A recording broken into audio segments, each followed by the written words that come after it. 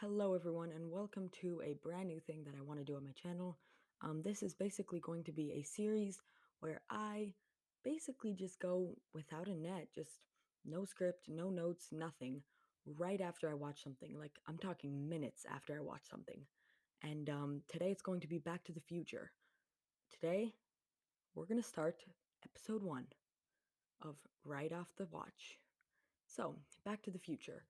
This was actually a request from a friend of mine, and she said that she wanted to see Back to the Future, and she loved the writing in the movie. She specifically told me to talk a little bit about the writing. And I gotta say, I gotta agree with her. The writing is really, really good.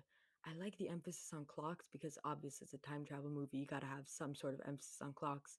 But this movie does it in a very creative way by having a bunch of clocks lined up in the introduction, making your brain think like right off the bat, um, okay, well, why am I being shown clocks right now? You're subconsciously, your gears are turning.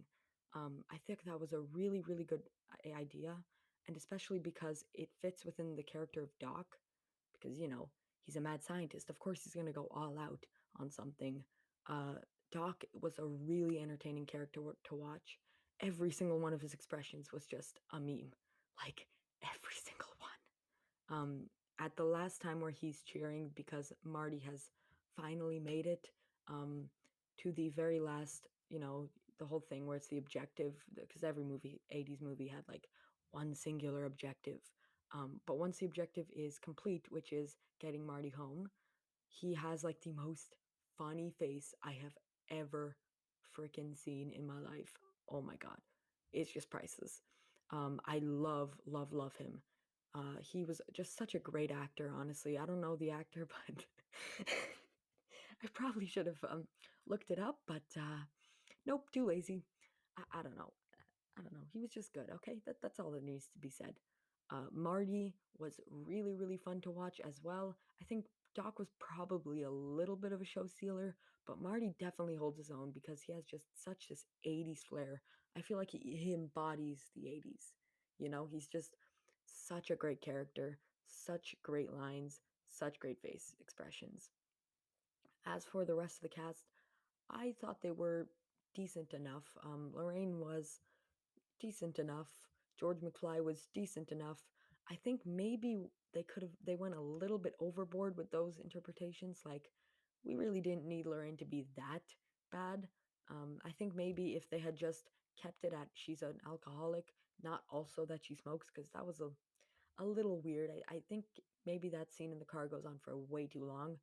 Um, but I will say that the scene in the car is still great because it's just so awkward. It's so delightfully awkward. You know when something is like delightfully awkward? Like, you're so happy that it's awkward because it's just so entertaining to watch. You want to look away, but you're also like, I gotta watch it though. It is just such a fun time. Um, I love that scene where George McFly is punching Biff in the face because it really shows how once you cross a threshold, like for him, the threshold was standing up to Biff. Once you cross it, there's no going back. Like, your personality's changed forever, and I like that. I like that a lot because it's just. I think it mirrors a lot of how real people are. I mean, that's at least how I am. Once I do something once, I have the confidence to do it again. I tell myself, I've done this before. I can do it again. It's just a really, really realistic character change, and it's hard to pick up on because when I thought about it, I was like, this kind of feels jarring. But then, no, sometimes character traits are jarring. After that, with the scene in the dance, I love that scene. I love that Marty's just like collapsing. I think maybe it doesn't really make sense. Like, of course, it's time travel movie, so you have plot holes. But the fact that like his arm is like, like that scene, that amazing scene where he's just like, oh my God, my arm is disappearing. It doesn't really make sense because he it's complicated, but he's in the future. He's from the future. So they had already kissed. So it shouldn't have made a difference. but I also get that the movie wanted to add tension because it's not tension filled at all. No, no.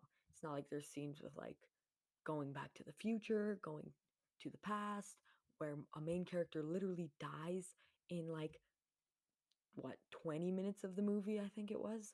Like it's just insane. There's no tension.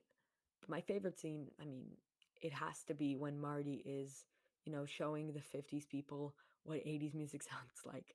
Man, that was just so funny. I watched this movie with my sister, and she is just laughing, and I'm right there next to her.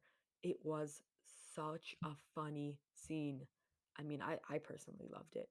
I think that there isn't really a single scene that I can point to and say, "Oh yeah, that was not a good scene." But there's little problems sprinkled throughout. Little, very, very little, because this movie still ends up with a high score of 9. I mean, I still consider it a masterpiece. I just think that, I don't know, I would have liked a little bit less plot holes. I wish they hadn't gone so far with the characters. I think it would have been better if they had not been such cliches at points. But again, that kind of feels like a nitpick.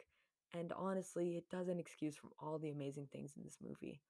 The time travel aspect is probably the most fresh and original time travel aspect I've seen.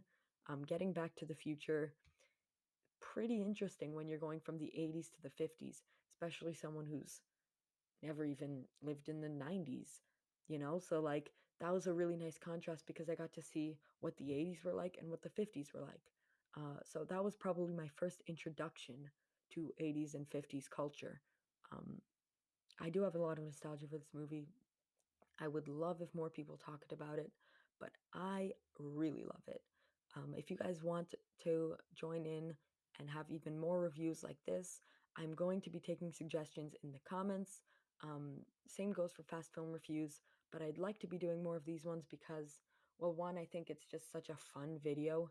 I think it's really fun to just sit down and start blabbing away on what your thoughts are on a movie. They're very disjointed, not collected at all, but that's kind of what I like about it. Um, I will be getting a more professional looking setup. I have some movie posters literally right at my feet. Um, and this will all be moved into the corner of my room. So you won't see this annoying blue thing here, and my bookshelf won't be there. This lamp won't be there. Tell me what you guys think about this series. Should I do more? Should I do less? Should I focus on fast film reviews? Because I think this is very much in the same vein. I don't really have I don't want to make a 40-minute video analysis on Back to the Future. I kind of just wanted to talk about it. And this was a really fun outlet to do it. Um, but let me know because I can easily just go to fast film reviews or I can just take them both down. But we'll see what you guys think. So I will see you guys next time with a script and some clips.